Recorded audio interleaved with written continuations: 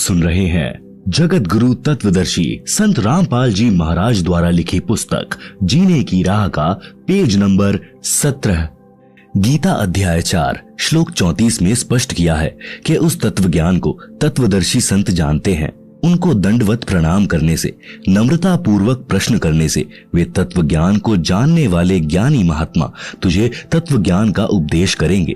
वह तत्व ज्ञान जिसे ऊपर की वाणी में निर्गुण रासा कहा है, नहीं मिलने से सर्व साधक जन्म मरण के चक्र में रह गए। मार्कंडेय ऋषि ब्रह्म साधना कर रहा था।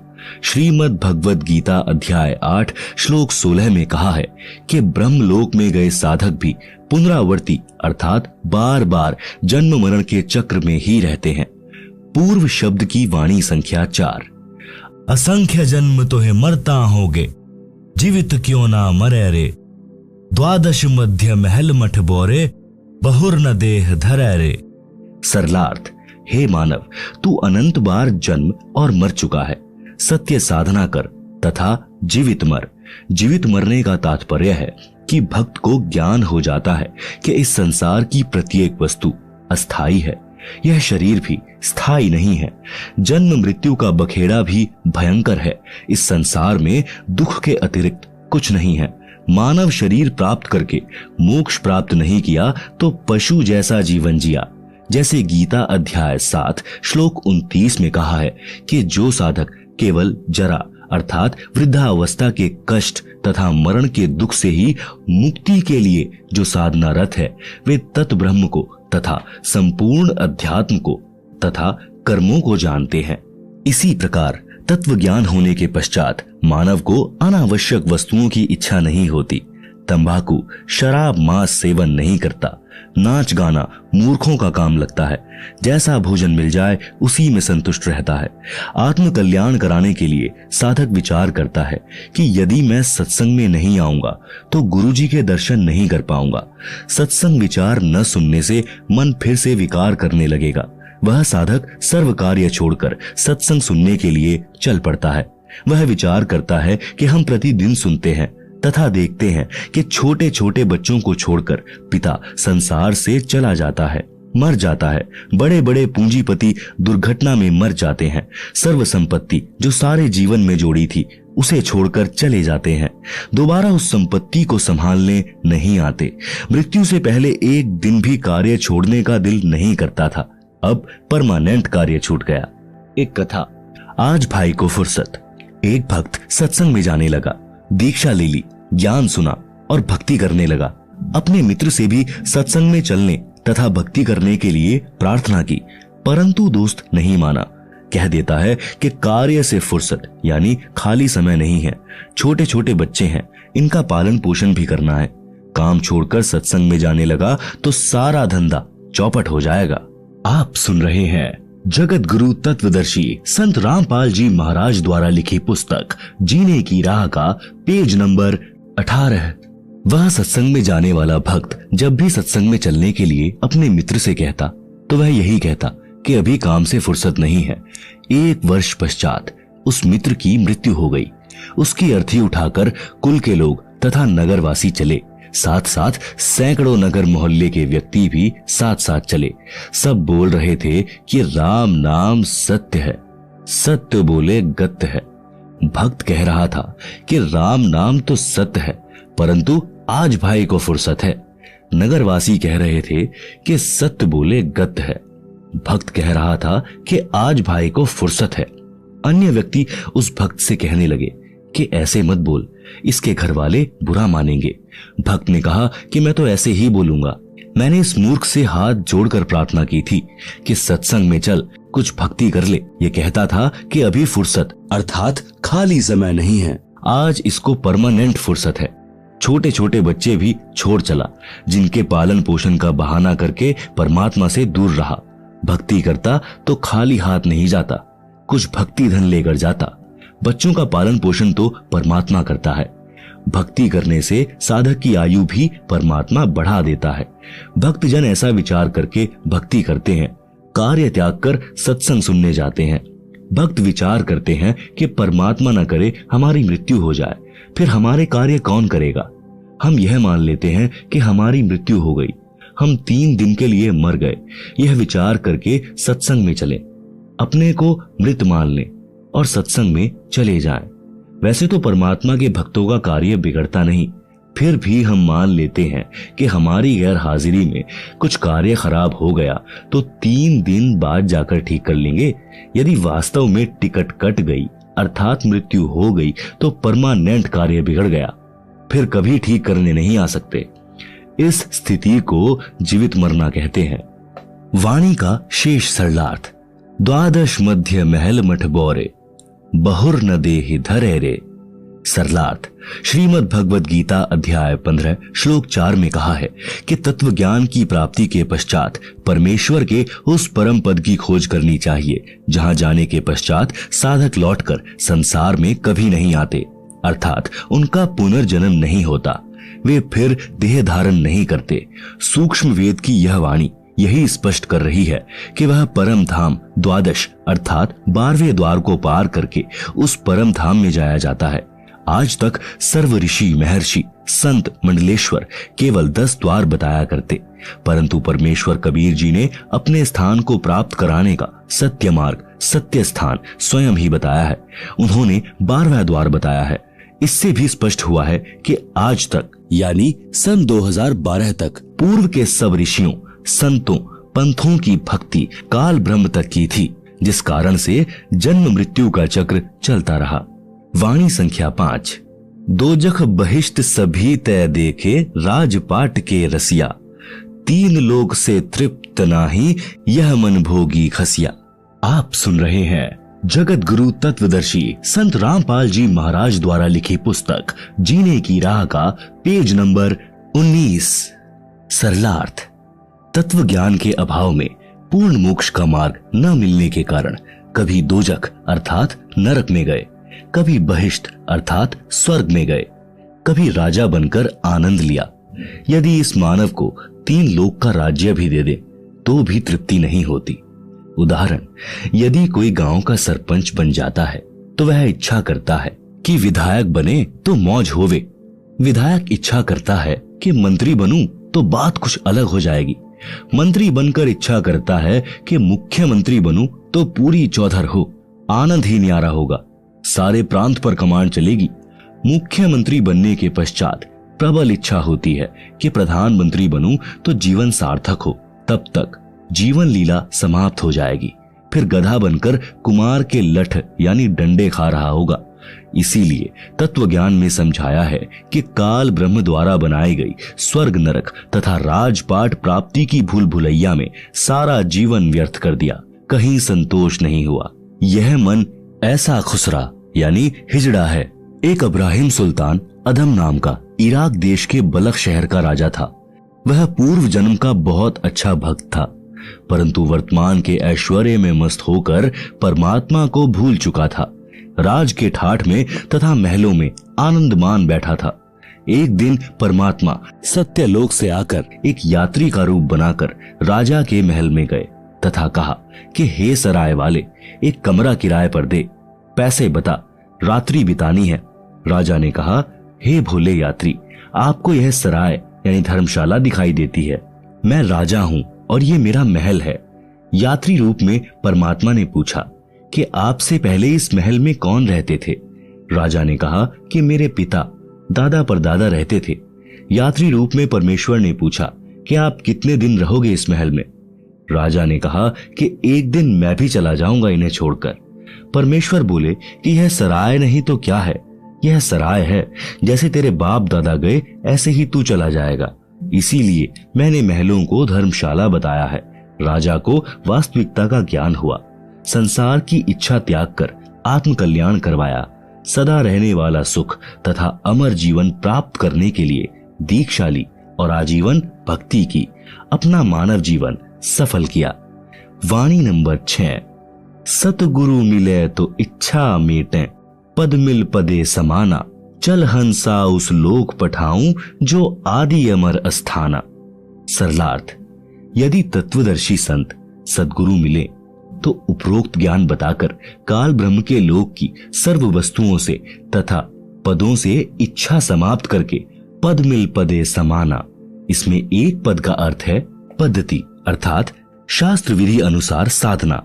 दूसरे पद का अर्थ है परम पद यानी पदवी। सद्गुरु शास्त्र विधि अनुसार पद्धति बताकर परमेश्वर के उस परम पद की प्राप्ति करवा देता है जहां जाने के पश्चात साधक फिर लौटकर संसार में कभी नहीं आते।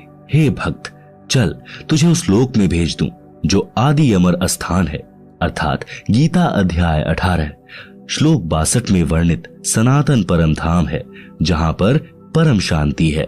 आप सुन रहे हैं जगत गुरु तत्वदर्शी संत रामपाल जी महाराज द्वारा लिखी पुस्तक जीने की राह का पेज नंबर 20 वाणी संख्या 7। चार मुक्ति जहां चंपी करती, माया हो रही दासी, दास गरीब अभय पद पर से मिले राम अविनाशी। सरलार्थ, उस सनातन परम धाम में परम शांति तथा अत्यधिक सुख है। काल ब्रह्म के लोक में चार मुक्ति मानी जाती हैं, जिनको प्राप्त करके साधक अपने को धन्य मानता है, परंतु वे स्थायी नहीं हैं। कुछ समय उपरांत पुण्य समाप्त होते ही फिर 84 लाख प्रकार की योनियों में कष्ट उठाता है, परंतु उस सत्य लोक में चारों मुक्ति वाला सुख सदा बना रहेगा। माया आपकी नौकरानी बनकर रहेगी। संत गरीबदास जी ने बताया है कि अमर लोक में जाने के पश्चात प्राणी निर्भय हो जाता है और उस सनातन परम धाम में वह अविनाशी राम अर्थात परमेश्वर मिलेगा। इसलिए पूर्ण मोक्ष के लिए शास्त्रानुकूल भक्ति करनी चाहिए, जिससे उस भगवान तक जाया जा सकता है। उपरोक्त वाणी तथा पूर्वोक्त विवरण से स्पष्ट हुआ कि श्री ब्रह्मा जी, श्री विष्णु जी तथा शिव जी और इनके पिता काल ब्रह्म अर्थात शर पुरुष व अक्षर पुरुष सर्व राम अर्थात प्रभु नाशवान है। केवल परम अक्षर ब्रह्म ही अविनाशी राम अर्थात प्रभु है। इस परमेश्वर की भक्ति से ही परम शांति तथा सनातन परम धाम अर्थात पूर्ण मोक्ष प्राप्त होगा, जहां पर चार मुक्ति का सुख सदा रहेगा। माया अर्थात सर्व सुख सुविधाएं साधक के नौकर की तरह हाजिर रहती हैं। सूक्ष्म वेद में परमात्मा कबीर जी ने कहा है कि माया दासी संत की उभय दे आशीष, विलसी और लातों छड़ी सुमर सुमर जगदीश। भावार्थ, सर्व सुख सुविधाएं धन से होती हैं। वह धन शास्त्र विधि अनुसार भक्ति करने वाले संत भक्त की भक्ति का स्वतः होने वाला, जिसको प्राप्त करना उद्देश्य नहीं, वह फिर भी अवश्य प्राप्त होता है, बाय प्रोडक्ट होता है। जैसे जिसने गेहूं की फसल बोई तो उसका उद्देश्य गेहूं का अन्न प्राप्त करना है, परंतु भुष अर्थात चारा भी अवश्य प्राप्त होता है। चारा तोड़ा गेहूं के अन्न का बाय प्रोडक्ट है।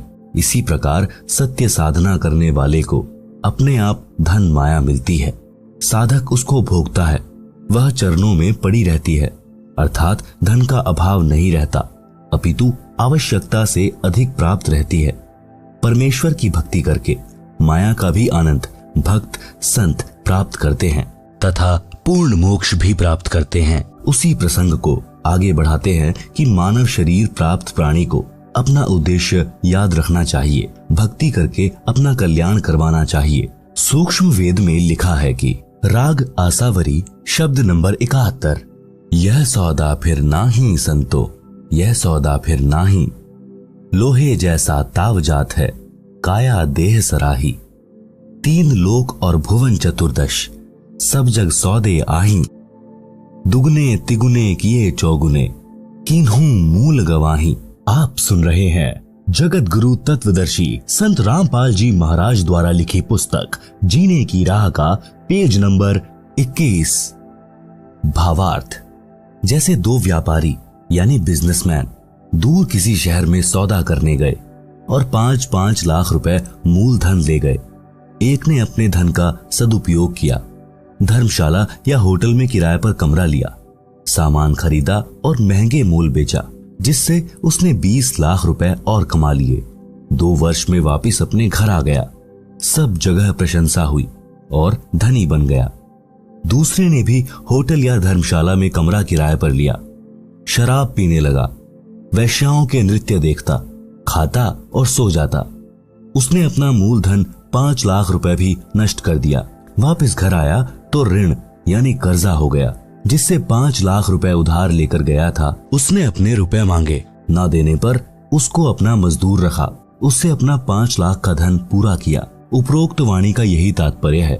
3 लोक यानी स्वर्ग लोक, पाताल लोक तथा पृथ्वी लोक में जितने भी प्राणी हैं वे सब अपना राम नाम का सौदा करने आए हैं।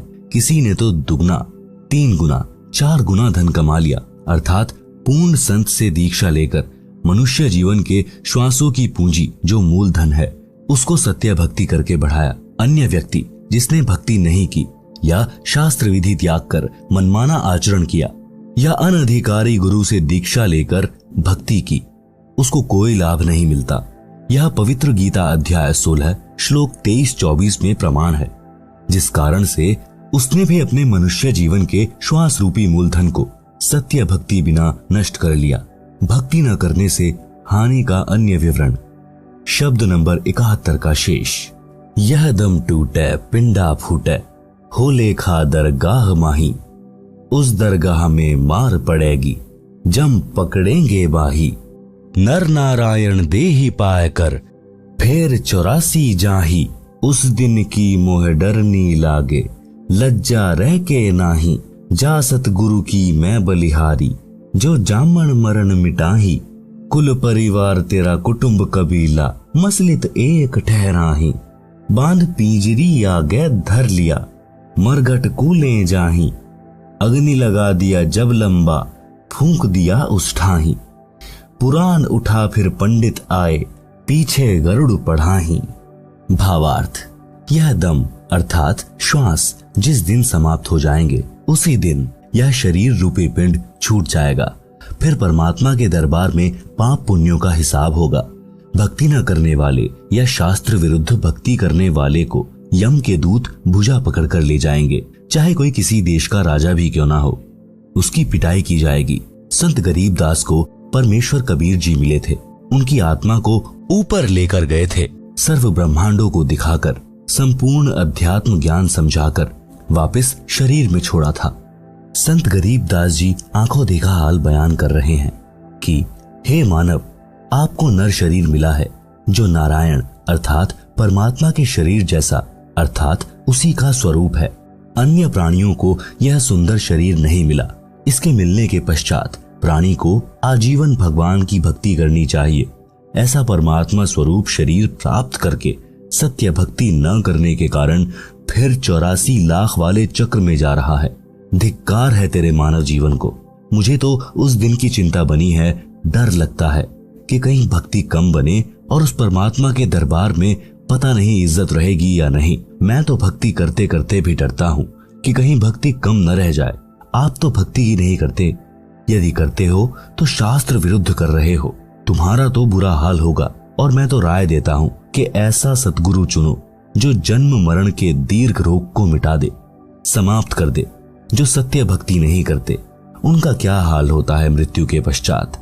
आसपास के कुल के लोग इकट्ठे हो जाते हैं, फिर सबकी एक ही मसलत अर्थात राय बनती है कि इसको उठाओ। उठाकर शमशान घाट पर ले जाकर फूंक देते हैं। लाठी या जली की खोद यानी ठोकर मार मार कर छाती तोड़ते हैं। संपूर्ण शरीर को जला देते हैं। जो कुछ भी जेब में होता है उसको निकाल लेते हैं। फिर शास्त्र विधि त्याग कर मनमाना आचरण कराने और करने वाले उस संसार से चले गए। जीव के कल्याण के लिए गुरु गरुड़ पुराण का पाठ करते हैं। आप सुन रहे हैं जगत गुरु तत्वदर्शी संत रामपाल जी महाराज द्वारा लिखी पुस्तक जीने की राह का पेज नंबर 22। तत्व ज्ञान यानी सूक्ष्म वेद में कहा है कि अपना मानव जीवन पूरा करके वह जीव चला गया। परमात्मा के दरबार में उसका हिसाब होगा। वह कर्मानुसार कहीं गधा कुत्ता बनने की पंक्ति में खड़ा होगा। मृत्यु के पश्चात गरुड़ पुराण का पाठ उसके क्या काम आएगा। यह व्यर्थ का शास्त्र विरुद्ध क्रियाक्रम है। उस प्राणी का मनुष्य शरीर रहते उसको भगवान के संविधान का ज्ञान करना चाहिए था, जिससे उसको अच्छे बुरे का ज्ञान होता और वह अपना मानव जीवन सफल करता। प्रेत शिला पर जाय विराजे, फिर पितरों पिंड भराही, बहुर श्राद्ध खान कुं आया, काग भये कलिमाही। भावार्थ है कि मृत्यु उपरांत उस जीव के कल्याण अर्थात गति कराने के लिए की जाने वाली शास्त्र विरुद्ध क्रियाएं व्यर्थ हैं, जैसे गरुड़ पुराण का पाठ करवाया। उस मरने वाले की गति अर्थात मोक्ष के लिए फिर अस्थियां गंगा में प्रवाहित की, उसकी गति यानी मोक्ष करवाने के लिए। फिर 13वीं या 17वीं को हवन व भंडारा यानी लंगर किया, उसकी गति कराने के लिए। पहले प्रत्येक महीने 1 वर्ष तक महीना क्रिया करते थे, उसकी गति कराने के लिए। फिर छठे महीने छमाही क्रिया करते थे, उसकी गति कराने के लिए। फिर वर्षी क्रिया करते थे, उसकी गति कराने के लिए। फिर उसकी पिंडोदक क्रिया कराते थे, उसकी गति कराने के लिए। श्राद्ध निकालते हैं अर्थात श्राद्ध क्रिया कराते हैं। श्राद्ध वाले दिन पुरोहित भोजन स्वयं बनाता है और कहता है कि कुछ भोजन मकान की छत पर रखो, कहीं आपका पिता कौवा यानी कि काग न बन गया हो। जब कौवा भोजन खा जाता तो कहते हैं कि तेरे पिता या माता आदि जो मृत्यु को प्राप्त हो चुका है, जिसके हेतु यह सर्व क्रिया की गई है और यह श्राद्ध किया गया है, वह कौवा बना है, इसका श्राद्ध सफल हो गया। इस उपरोक्त विवरण से स्पष्ट हुआ कि वह व्यक्ति जिसका उपरोक्त क्रियाक्रम किया था वह कौवा बन चुका है। आप सुन रहे हैं जगत गुरु तत्वदर्शी संत रामपाल जी महाराज द्वारा लिखी पुस्तक जीने की राह का पेज नंबर 23। श्राद्ध करने वाले पुरोहित कहते हैं कि श्राद्ध करने से वह जीव 1 वर्ष तक तृप्त हो जाता है, फिर 1 वर्ष में श्राद्ध फिर करना है। विचार करें, जीवित व्यक्ति दिन में 3 बार भोजन करता था, अब 1 दिन भोजन करने से 1 वर्ष तक कैसे तृप्त हो सकता है? यदि प्रतिदिन छत पर भोजन रखा जाए तो वह कौवा प्रतिदिन ही भोजन खाएगा। दूसरी बात, मृत्यु के पश्चात की गई सर्व क्रियाएं गति यानी मोक्ष कराने के उद्देश्य से की गई थी। उन ज्ञानहीन गुरुओं ने अंत में कौवा बनवाकर छोड़ा। वह प्रेतशिला पर प्रेत योनि भोग रहा है। पीछे से गुरु और कौवा मौज से भोजन कर रहा है। पिंड भराने का लाभ बताया है कि प्रेत योनि छूट जाती है।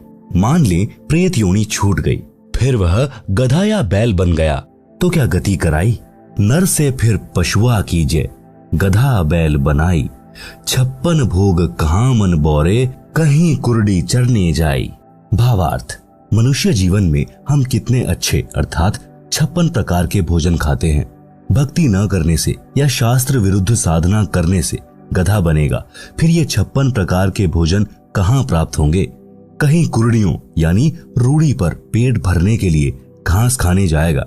इसी प्रकार बैल आदि आदि पशुओं की योनियों में कष्ट पर कष्ट उठाएगा। जय सतगुरु की संगत करते सकल कर्म कट जाएं, अमरपुरी पर आसन होते जहां धूप ना छाई। भावार्थ, संत गरीबदास ने परमेश्वर कबीर जी से प्राप्त सूक्ष्म वेद में आगे कहा है कि यदि सतगुरु यानी तत्वदर्शी संत की शरण में जाकर दीक्षा लेते तो उपरोक्त सर्व कर्मों के कष्ट कट जाते, अर्थात न प्रेत बनते, न गधा, न बैल बनते।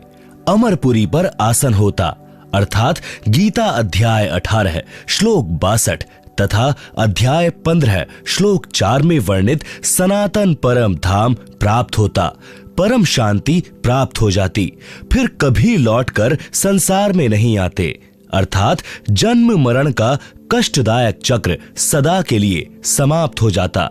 उस अमर लोक यानी सत्य लोक में धूप छाया नहीं है, अर्थात जैसे धूप दुखदायी हुई तो छाया की आवश्यकता पड़ी, उस सत्य लोक में केवल सुख है, दुख नहीं है। सुरत निरत मन पवन पयाना, शब्द शब्द समाई, गरीब दास गलतान महल में मिले कबीर गोसाई। भावार्थ, संत गरीब दास जी ने कहा है कि मुझे कबीर परमेश्वर मिले हैं। आप सुन रहे हैं जगत गुरु तत्वदर्शी संत रामपाल जी महाराज द्वारा लिखी पुस्तक जीने की राह का पेज नंबर 24।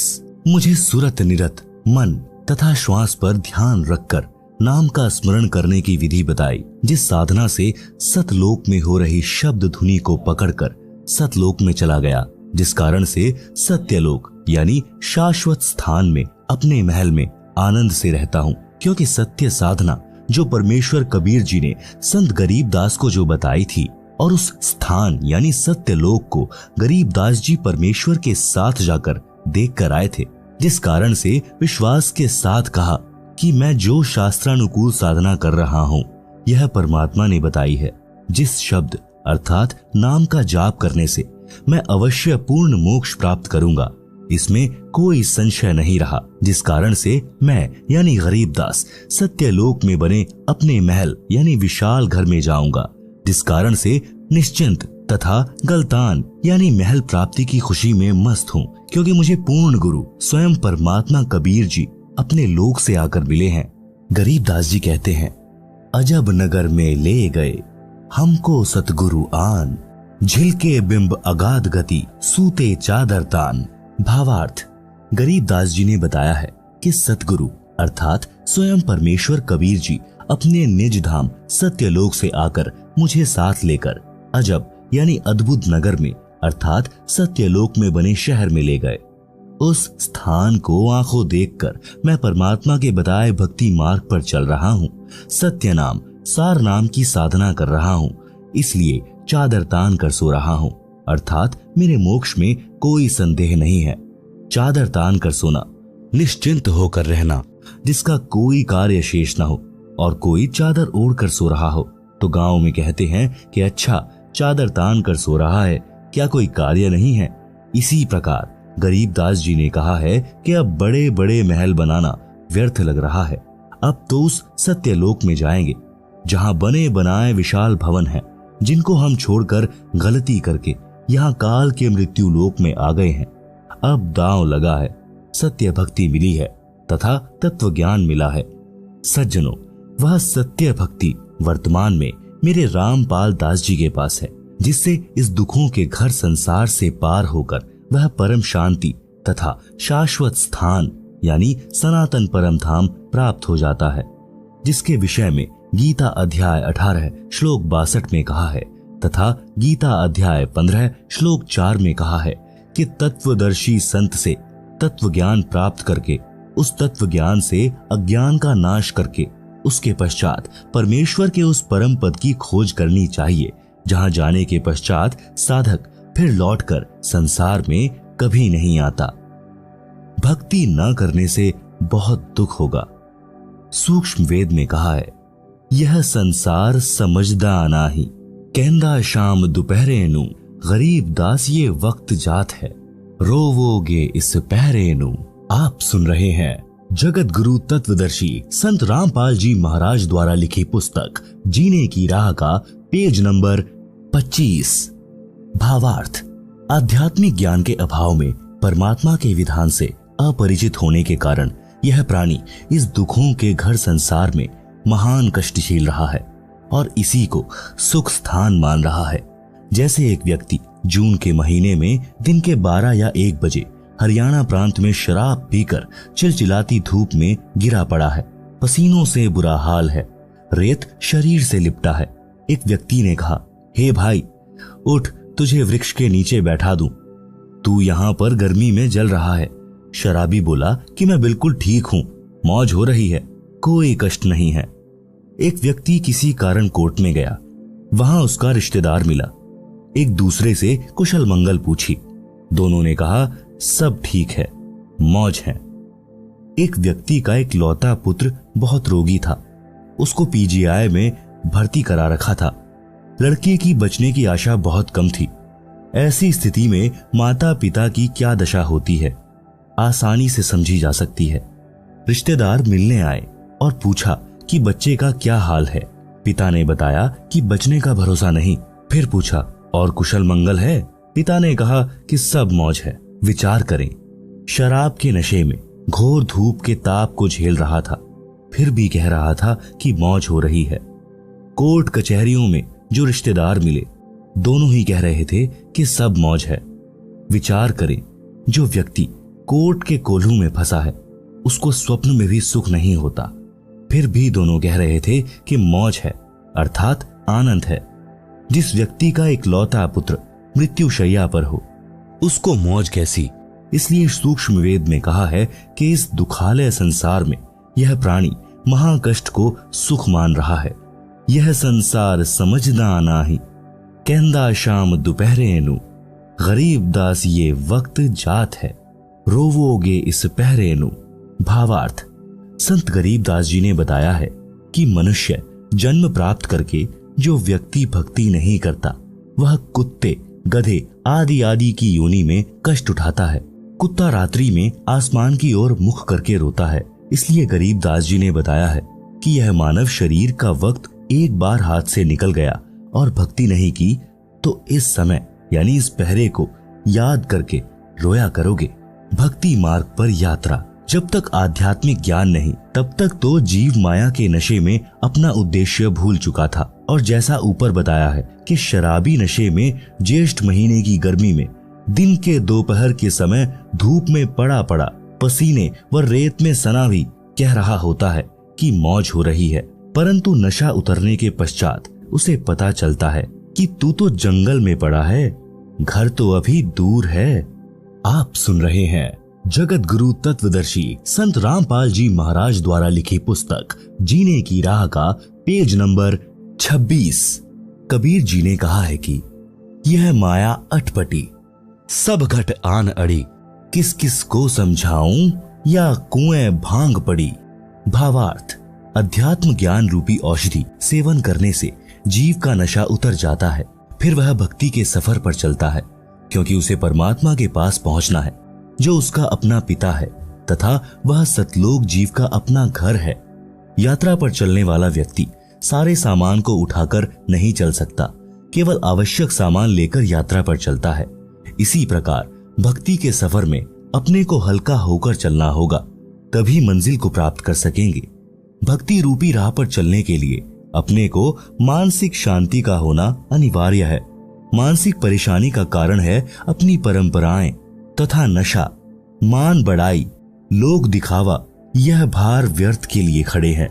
जैसे बड़ी कोठी, बड़ी महंगी कार, श्रृंगार करना, महंगे आभूषण यानी स्वर्ण के आभूषण संग्रह करना, विवाह में दहेज लेना देना, बैंड बाजे डीजे बजाना, गुड़चड़ी के समय पूरे परिवार का बेशर्मों की तरह नाचना, मृत्यु भोज करना, बच्चे के जन्म पर खुशी मनाना, खुशी के अवसर पर पटाखे जलाना, फिजूल खर्ची करना आदि आदि जीवन के भक्ति सफर में बाधक होने के कारण त्यागने पड़ेंगे।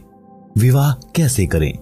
जैसे श्री देवी दुर्गा जी ने अपने तीनों पुत्रों श्री ब्रह्मा जी, श्री विष्णु जी तथा श्री शिव जी का विवाह किया था, इसी पुस्तक में आगे पढ़ेंगे। मेरे यानी लेखक के अनुयायी ऐसे ही करते हैं। 17 मिनट की असुर निकंदन रामायणी है।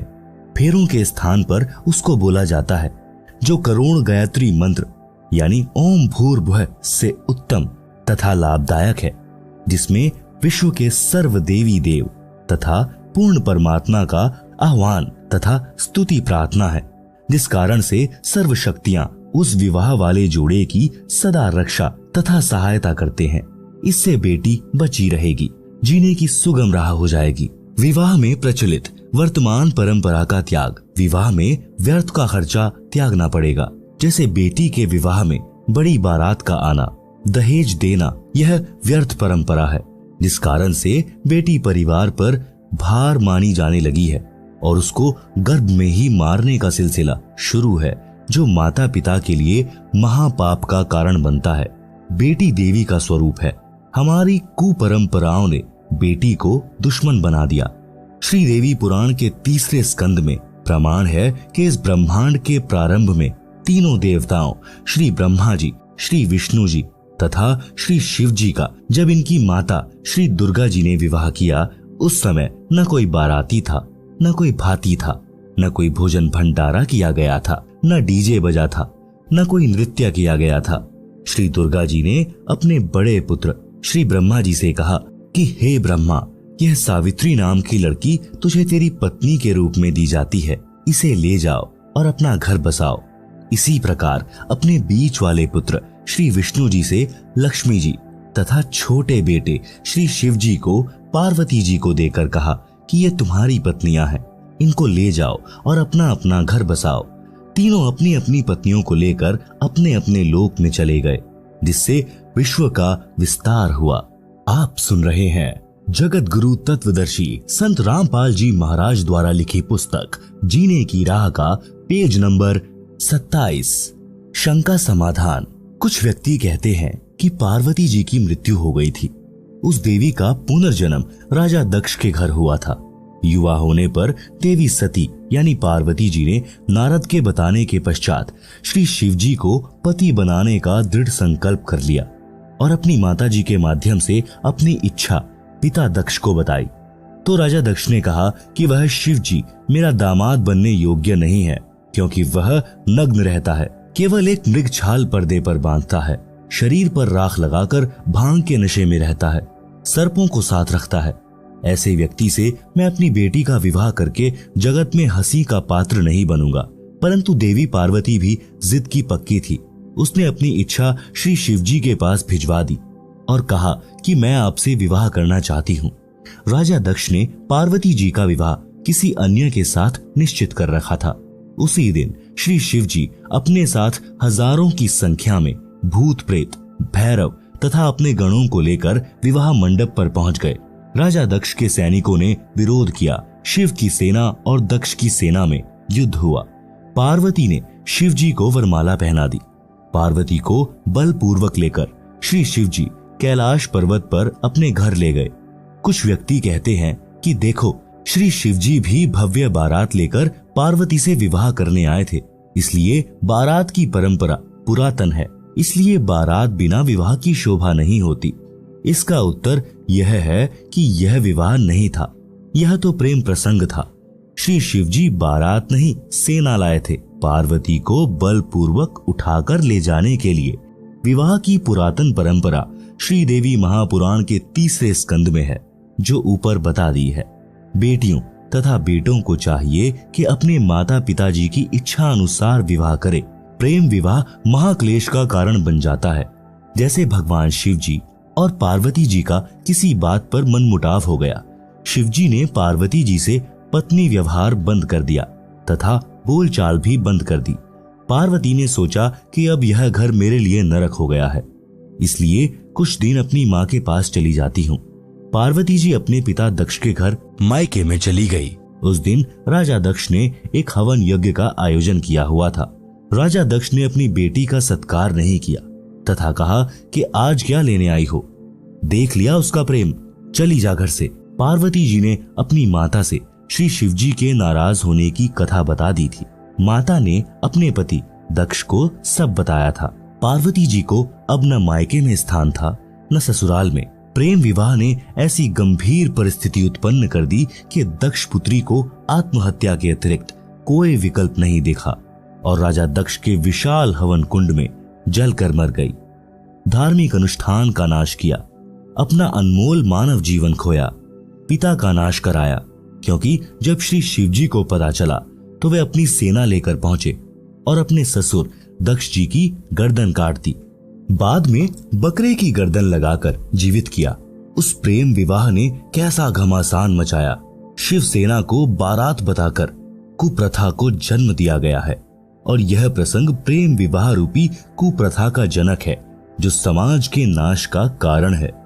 विवाह जो सुप्रथा से हुआ वह आज तक सुखी जीवन जी रहे हैं, जैसे श्री ब्रह्मा जी तथा श्री विष्णु जी। आप सुन रहे हैं जगत गुरु तत्वदर्शी संत रामपाल जी महाराज द्वारा लिखी पुस्तक जीने की राह का पेज नंबर 28। विवाह करने का उद्देश्य। विवाह का उद्देश्य केवल संतानोत्पत्ति करना है। फिर पति पत्नी मिलकर परिश्रम करके बच्चों का पालन करते हैं, उनका विवाह कर देते हैं, फिर वे अपना घर बसाते हैं। इसके अतिरिक्त प्रेम विवाह समाज में अशांति का बीज बोना है, समाज बिगाड़ की चिंगारी है। प्रेम प्रसंग कैसा होता है?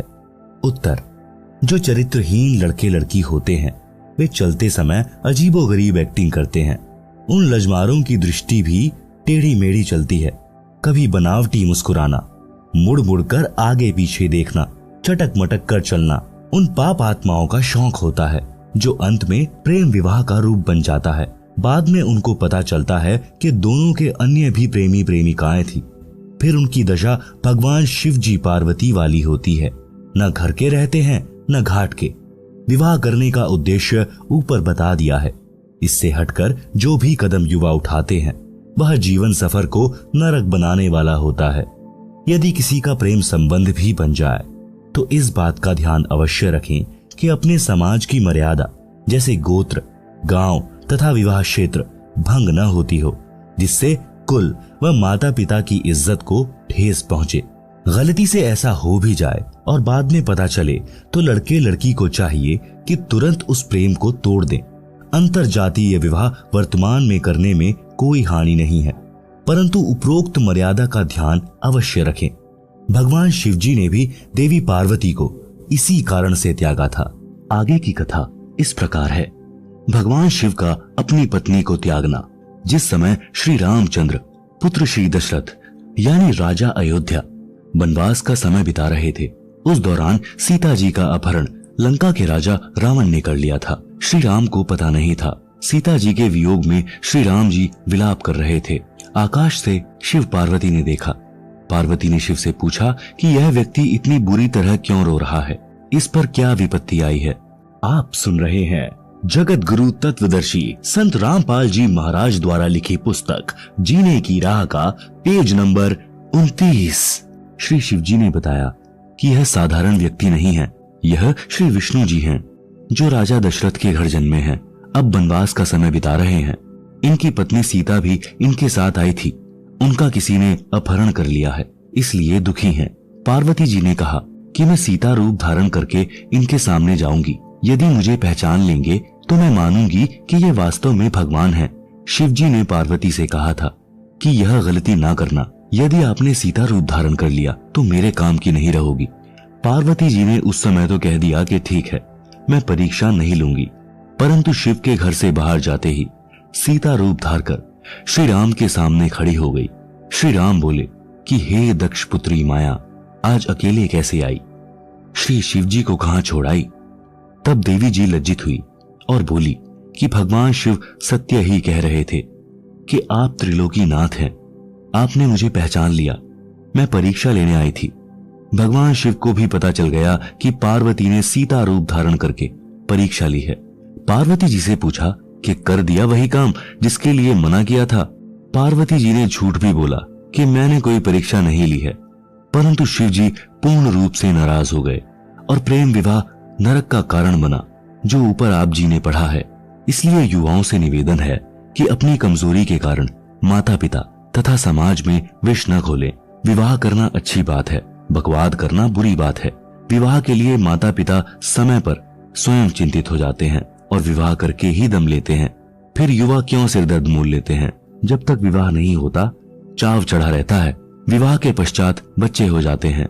7 साल के पश्चात महसूस होने लगता है कि या के बनी, जैसे हरियाणवी कवि यानी स्वांगी जाट मेहर सिंह जी ने कहा है कि विवाह करके देख लियो, जिसने देखी जेल नहीं है। जैसे जेल में 4 दीवारी के अंदर रहना मजबूरी होती है, इसी प्रकार विवाह के पश्चात माता पिता के लिए, अपने परिवार के पोषण के लिए, गृहस्थी जीवन जीने के लिए सामाजिक मर्यादा रूपी 4 दीवारी के अंदर रहना अनिवार्य हो जाता है। अपनी मर्जी नहीं चला सकता, यानी नौकरी वाला नौकरी पर जाता है, मजदूर मजदूरी पर, तथा किसान खेत के कार्य को करने के लिए मजबूर है, जो जरूरी है। इसलिए विवाहित जीवन मर्यादा रूपी कारागार कही जाती है। परंतु इस कारागार बिना संसार की उत्पत्ति नहीं हो सकती। अपने माता पिता जी ने भी विवाह किया, अपने को अनमोल मनुष्य शरीर मिला।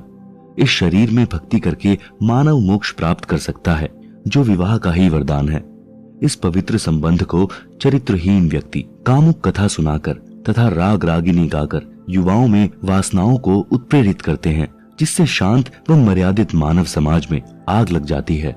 आप सुन रहे हैं जगत गुरु तत्वदर्शी संत रामपाल जी महाराज द्वारा लिखी पुस्तक जीने की राह का पेज नंबर 30, जिस कारण से कई परिवार उजड़ जाते हैं। जैसे समाचार पत्रों में पढ़ने को मिलता है कि युवक तथा युवती ने गांव की गांव में प्रेम करके नाश का बीज बो दिया। लड़की वालों ने अपनी लड़की को बहुत समझाया, परंतु गंदी फिल्मों से प्रेरित लड़की ने एक नहीं मानी। परिवार वालों ने लड़की की हत्या कर दी, जिस कारण से लड़की का भाई, पिता, माता तथा भाभी भी जेल गए। आजीवन कारागार हो गई। उन दोनों ने प्रेम प्रसंग रूपी अग्नि से परिवार जला दिया, बसे बसाए घर का नाश कर दिया। अन्य बहुत से उदाहरण हैं जिनमें ऑनर किलिंग का मुकदमा बनने से फांसी तक सजा का प्रावधान है। हे युवा बच्चों, विचार करो, माता पिता आपसे क्या क्या उम्मीद लिए जीते हैं। आपको पढ़ाते हैं, पालते हैं। आप सामाजिक मर्यादा को भूलकर छोटी सी भूल के कारण महान गलती करके जीवन नष्ट कर जाते हो। इसलिए बच्चों को सत्संग सुनना अनिवार्य है। सामाजिक ऊंच नीच का पाठ पढ़ाना आवश्यक है, जिसका लगभग अभाव हो चुका है। एक प्रश्न, बारात का प्रचलन कैसे हुआ? उत्तर, राजा लोगों से प्रारंभ हुआ। वे लड़के के विवाह में सेना लेकर जाते थे। रास्ते में राजा की सुरक्षा के लिए सेना जाती थी, जिसका सब खर्च लड़की वाला राजा वहन करता था। सेठ साहूकार दहेज में अधिक आभूषण तथा धन देते थे।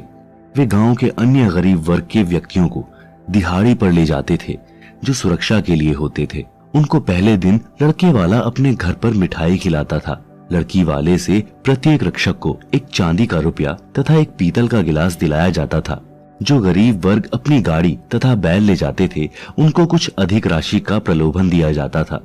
पहले जंगल अधिक होते थे, यातायात के साधन नहीं थे। इस प्रकार यह एक परंपरा बन गई। उस समय अकाल गिरते थे, लोग निर्धन होते थे। कोई धनी अकेला मिल जाता था तो उसको लूटना आम बात थी। इस कारण से बारात रूपी सेना का प्रचलन हुआ। फिर यह एक लोक दिखावा परंपरा बन गई, जिसकी अब बिल्कुल आवश्यकता नहीं है। एक और प्रश्न, भात तथा न्योंदा न्योंदार कैसे चला? उत्तर, उसका मूल भी बारात का आना, दहेज का देना, बारात ले जाने के लिए लड़के वाले द्वारा मिठाई खिलाना, लड़की वाले के लिए भी उस बारात के लिए मिठाई तथा रुपया गिलास देना आदि के कारण भात तथा न्योता यानी न्योंदा प्रथा प्रारंभ हुई। न्योता समूह में गांव तथा आसपास गवांड गांव के प्रेमी प्यारे व्यक्ति होते हैं। जिसके लड़के या लड़की का विवाह होता था तो अकेला परिवार खर्च वहन नहीं कर सकता था। उसके लिए लगभग 100 या अधिक सदस्य उस समूह में होते हैं। जिसके बच्चे का विवाह होता था तो सब सदस्य अपनी वित्तीय स्थिति अनुसार न्योता यानी धनराशि विवाह वाले के पिता को देते थे। कोई 100 रुपए, कोई 200 रुपए, कोई कम, कोई अधिक, जो एक प्रकार का निशुल्क उधार होता है। उस पर ब्याज नहीं देना पड़ता। सबका न्योते का धन लिखा जाता है। प्रत्येक सदस्य की बही यानी डायरी में प्रत्येक विवाह पर दिया न्योता लिखा होता है। इस प्रकार विवाह वाले परिवार को धन की समस्या नहीं आती है। आप सुन रहे हैं जगत गुरु तत्वदर्शी संत रामपाल जी महाराज द्वारा लिखित पुस्तक जीने की राह का पेज नंबर 31। भात भी इसी कड़ी में भरा जाता है। बहन के बच्चों के विवाह में कुछ कपड़े तथा नकद धन देना यानी भाई द्वारा की गई सहायता भात कहा जाता है। जो धन बहन को लौटाना नहीं होता। जिन बहनों के भाई नहीं हैं, वे उस दिन अति दुखी होती हैं, एकांत में बैठकर रोती हैं। पीलिया, लड़की को संतान उत्पन्न होने पर मायके वालों की ओर से जच्चा के लिए घर का देशी शुद्ध घी, कुछ गोंद यानी घी, आटा भूनकर गोला, अजवाइन, काली मिर्च का मिश्रण गोंद कहलाता है। नवजात बच्चे के छोटे छोटे कपड़े यानी झुगले भी मायके वाले तथा लड़की की ननंदों द्वारा लाए जाते हैं। यह परंपरा है जो कपड़े 1 वर्ष के पश्चात व्यर्थ हो जाते हैं। इस तरह की परंपरा को त्यागना है, क्योंकि जीवन के सफर में व्यर्थ का भार है। आप अपनी बेटी की सहायता कर सकते हैं, जैसे गाय भैंस लेनी है। बेटी की वित्तीय स्थिति कमजोर है तो उसको नकद रुपए दे सकते हैं, परंतु विवाह के समय नहीं। बेटी का आपकी संपत्ति में से हक दे सकते हैं अगर बेटी लेना चाहे तो। बेटी को चाहिए कि आवश्यकता पड़ने पर धन ले, परंतु फिर लौटा दे। परमात्मा पर विश्वास रखें, आपका सम्मान बना रहेगा। समाधान, इन सब का समाधान है कि विवाह को सूक्ष्म वेद के अनुसार किया जाए। आप जी ने 4 वेद सुने हैं, यजुर्वेद, ऋग्वेद, सामवेद तथा अथर्ववेद, परंतु 5वां वेद सूक्ष्म वेद है, जो स्वयं पूर्ण ब्रह्म जी ने पृथ्वी पर प्रकट होकर अपने मुख कमल से अमृतवाणी द्वारा प्रदान किया है। मेरे यानी रामपाल दास के अनुयायी उसी 5वें वेद के अनुसार विवाह रस्म करते हैं, जिसमें कोई उपरोक्त परंपरा की आवश्यकता नहीं पड़ती। विवाह पर तथा अन्य अवसरों लड़की लड़के वाले पक्ष का कोई खर्च नहीं कराना होता, केवल कन्यादान यानी बेटी दान करना है। लड़की अपने पहनने के लिए केवल 4 ड्रेस ले जा सकती है। जूता तो पहन ही रखा है। बस जिस घर में जाएगी वह परिवार उस बेटी को अपने घर के सदस्य की तरह रखेगा, अपने घर की वित्तीय स्थिति के अनुसार अन्य सदस्य के समान सर्व आवश्यक वस्तुएं उपलब्ध कराएगा। बेटी अपने माता पिता भाई भाभी पर कोई भार नहीं बनेगी। जब कभी अपने मायके आएगी तो कोई सूट तथा नकद नहीं लेगी, जिस कारण से भाभी भाई को भी प्यारी लगेगी। भाभी को ननंद इसलिए खटकती है कि आ गई, 4-5 हजार खर्च करवा कर जाएगी, परंतु हमारी बेटी सम्मान के साथ आएगी और सम्मान के साथ लौट जाएगी। अपने मायके वालों से कोई वस्तु नहीं लेगी, जिससे दोनों पक्षों का परस्पर अधिक प्रेम सदा बना रहेगा। भक्ति भी अच्छी होगी। इस प्रकार जीने की यथार्थ राह पर चलकर हम शीघ्र मंजिल पर यानी मोक्ष तक पहुंचेंगे। एक प्रश्न, जिनको संतान प्राप्त नहीं होती है उस बे औलादे यानी संतानहीन का तो सुबह या शुभ कर्म को जाते समय मुख देखना भी बुरा मानते हैं, ऐसा क्यों? उत्तर, यह संपूर्ण आध्यात्मिक ज्ञान के टोटे के कारण गलत धारणा है। पाठक जन इसी पुस्तक के पृष्ठ 6 पर पढ़ें कि एक व्यक्ति के 4 पुत्र थे, उसको अधरंग हो गया तो किसी ने सेवा नहीं की। क्या उस आदमी के दर्शन इसलिए अच्छे हैं कि उसके संतान है? उसकी दुर्गति को कौन देखना अच्छा समझेगा? कृतघ्नि पुत्र। एक व्यक्ति के 2 पुत्र थे। वह व्यक्ति फौज से सेवानिवृत्त था। पेंशन बनी थी। पुत्र अलग अलग हो गए। छोटे पुत्र ने माता को अपने घर पर रख लिया क्योंकि बच्चे छोटे थे। माता उनकी देखरेख के लिए चाहिए थी। बड़े के बाटे पिता आ गया। पिता ने कहा कि मैं पेंशन के रुपए उसको दूंगा जिसमें रोटी खाऊंगा। छोटा बेटा कहता था कि आधी आधी पेंशन बांट दिया कर। पिता ने मना कर दिया तो एक दिन पिता के सिर में लाठी मारी। पिता तुरंत मर गया। लड़के को आजीवन कारावास की सजा हो गई। व्यक्ति को पुत्र प्राप्त होने के कारण उसके दर्शन शुभ माने जाते थे, जिसके साथ अशुभ हो गया। अब आध्यात्मिक तराजू यानी बैलेंस में तोलकर देखते हैं कि बिना संतान वाले के दर्शन शुभ हैं या अशुभ। जैसे इसी पुस्तक में ऊपर स्पष्ट किया है कि परिवार संस्कार से बनता है। कोई कर्ज उतारने के लिए पिता पुत्र, पत्नी, माता पिता, बहन भाई आदि के रूप में जन्म लेकर परिवार रूप में ठाठ से रहते दिखाई देते हैं, परंतु कई युवा अवस्था में मर जाते हैं, कई विवाह होते ही मर जाते हैं। ये सब अपना ऋण पूरा होते ही अविलंब शरीर त्याग जाते हैं। जिनको संतान नहीं हुई है उनका कोई लेन देन शेष नहीं है। वे यदि पूर्ण गुरु से दीक्षा लेकर भक्ति करें तो उन जैसा सौभाग्यवान कोई नहीं है। न किसी के जन्म की खुशी न मृत्यु का दुख। उन बिना औलाद वालों का दर्शन तो अति शुभ है। यदि भक्ति नहीं करते तो चाहे औलाद यानी संतान वाले हों, चाहे बे औलादे यानी बिना संतान वाले, दोनों ही अपना जीवन नष्ट कर जाते हैं। यदि भक्ति करते हैं तो दोनों के दर्शन शुभ हैं। बे औलादों सावधान।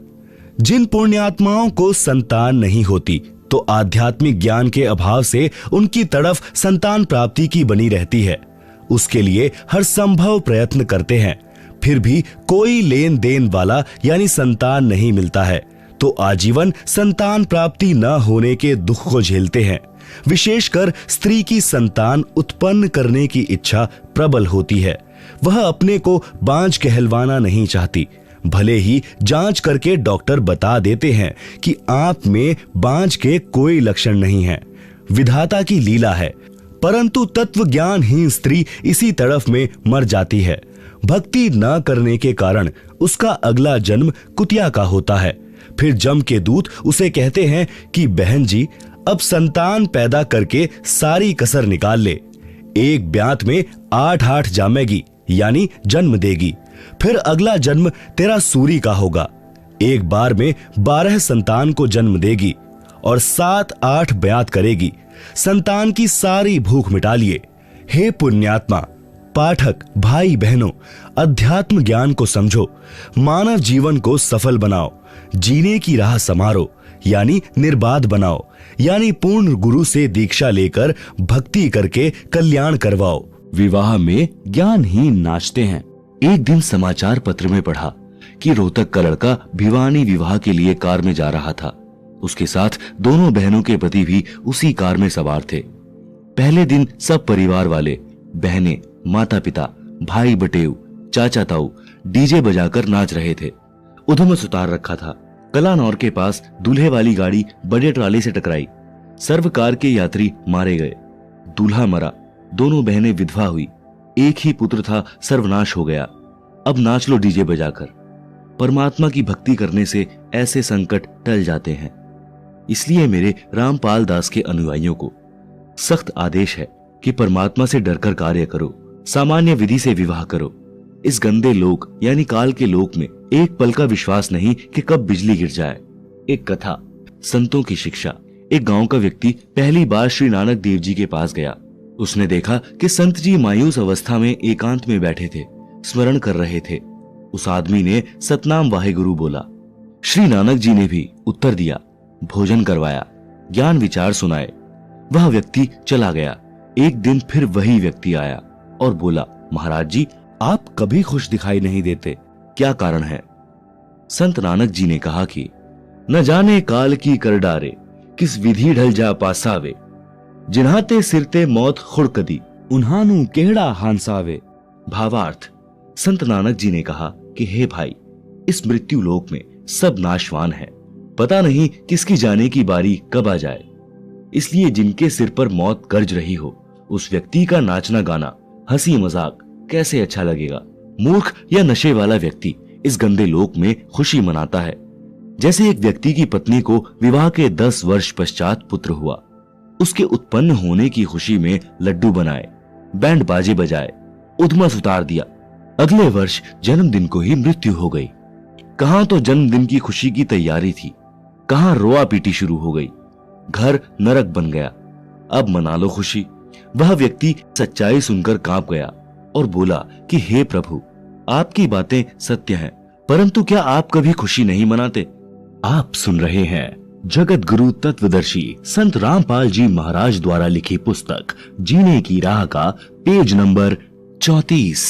श्री नानक जी ने उत्तर दिया कि खुशी मनाता हूं।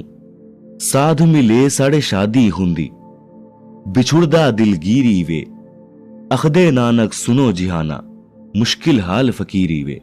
भावार्थ, जब मेरे शिष्य सत्संग सुनने आते हैं तो साध संगत को देखकर मेरे को खुशी होती है कि सब भक्ति पर लगे हैं, कोई विचलित नहीं हुआ है। जब ये सत्संग के पश्चात जाते हैं तो मायूसी छा जाती है कि कहीं कोई सिरफिरा इनको भ्रमित करके परमात्मा से दूर न कर दे। श्री नानक जी ने कहा कि ज्ञानहीन संतों ने फकीरी यानी भक्ति को कठिन बना दिया है। वे पूर्ण मोक्ष मार्ग जानते नहीं, भ्रमित करने को गुरु बने हैं, जो मीठी मीठी बातें बनाकर मेरे भक्तों को काल के जाल में ले जाते हैं। इसलिए जब तक वे पुनः सत्संग में सब नहीं आते तो मुझे चिंता बनी रहती है। सब आ जाते हैं तो खुशी होती है, परंतु हम नाचते गाते नहीं, दिल में महसूस करते हैं। मौत को कभी नहीं भूलते।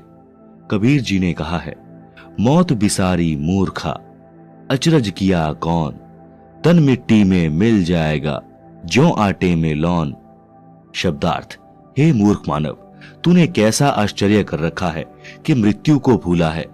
तेरा शरीर एक दिन मृत्यु को प्राप्त होकर मिट्टी में मिल जाएगा। तेरा नाम निशान यानी चिन्ह भी दिखाई नहीं देगा, जैसे आटे में नमक मिलने पर दिखाई नहीं देता।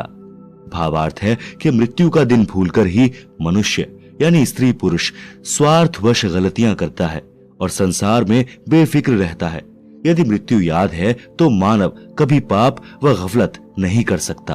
अन्य उदाहरण, एक सेठ एक दिन एक संत के आश्रम में गया।